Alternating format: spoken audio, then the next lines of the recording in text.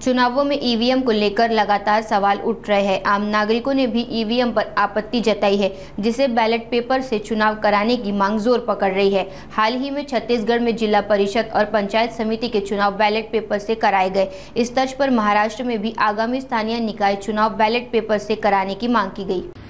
सर्वप्रथम आपल्या सगळ्यांचं फार फार धन्यवाद वेळ दिल्याबद्दल। त्याच पद्धतीनं माझ्यासोबत आलेले राष्ट्रवादी काँग्रेस पार्टीचे जिल्ह्याचे अध्यक्ष प्रवीण कुंटे पाटील, त्यासोबतच राष्ट्रवादी युवक काँग्रेसचे महाराष्ट्र प्रदेशचे कार्याध्यक्ष शैलेंद्रजी तिवारी पण माझ्यासोबत त्या ठिकाणी आले। आपल्या सगळ्यांना कल्पना आहे की मागील 3 महिन्यापूर्वी 23 तारखेला महाराष्ट्राच्या विधानसभेचा निकाल आला। हा निकाल आल्याच्या नंतर बरेच लोकांना अचंब झाला, बरेच लोकांना हे निकाल न पटल्यासारखं झालं। नुसते नेतेच नाही, नुसते पदाधिकारीच नाही, तर सर्वसाधारण जनतेला पण हा कौल कुठेतरी अनिश्चिततेचा किंवा वेगळा वाटला। आणि हे सगळं होत असताना सगळ्यांनी पुन्हा जी जुनी मागणी आहे ती मागणी धरली की निवडणुका हे पेपर बॅलेट पेपरवर घेण्यात याव्या। याच धर्तीवर आपण पाहाल की महाराष्ट्राचे 26 जिल्हा परिषदा, म्हणजे आता पूर्ण 36 झाल्या, पूर्ण 36 जिल्हा परिषदा, 400 450 महानगरपालिका, 400 450 नगरपंचायत नगर परिषदा व 22 महानगरपालिकेची निवडणुका यांचं 25 फेब्रुवारी इथे कोर्टाची तारीख होती। आणि ते कोर्टाची तारीख सुप्रीम कोर्टामध्ये झाल्याच्या नंतर पुन्हा 10 दिवसाचा वेळ देण्यात आला।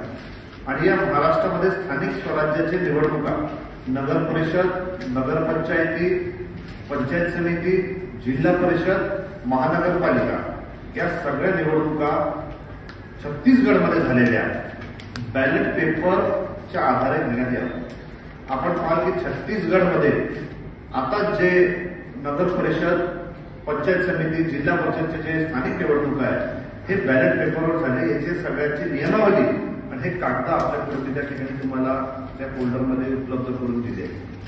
यांनी त्या ठिकाणी नियमावली बनवली आहे। या नियमावलीमध्ये छत्तीसगड स्थानिक प्राधिकारी निर्वाचन अपराध अधिनियम, त्याच पद्धतीने छत्तीसगड कोलाहल नियंत्रण अधिनियम, छत्तीसगड संपत्ती विरूपण निवारण अधिनियम या सगळ्या एसओपीज, या सगळ्या नियमावली जे सर्वसाधारण कुठल्याही राज्याच्या निवडणुकीमध्ये सुरळीत घेण्यासाठी लागतात, हे सगळ्या नियमावली त्या ठिकाणी त्यांनी बनवल्या। आणि सांगताना आनंद होतो, सकारात्मक बाब अशी की चांगल्या पद्धतीने ही निवडणुका पार पडल्या।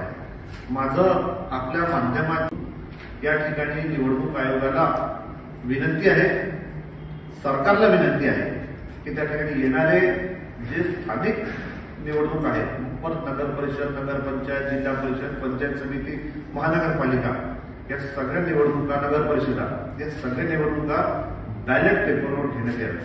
ही सगळ्यांची मागणी आहे आणि या मागणीसाठी एक चांगला आधार आपल्याला त्या ठिकाणी भेटला आहे। आणि या आधाराचे प्रत, याची नियमावली, याचे सगळे स्टँडर्ड ऑपरेटिंग प्रोसिजर्स हे सगळे सुद्धा मी आपल्याला त्या फोल्डरच्या माध्यमातून दिले।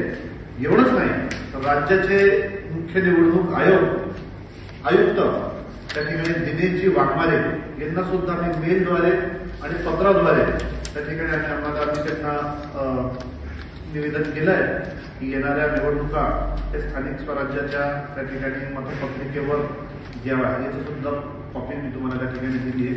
आणि ही रास्त मागणी आहे, लोकशाही टिकवण्याची मागणी आहे। कुठेतरी जनतेला जे वाटून राहिलं की आमचे मतदान चोरी झालं, ती भावना लोकांमध्ये जी एक साशंकतेची भावना आहे, ती साशंकता काढून त्या ठिकाणी लोकांचं समाधान होईल।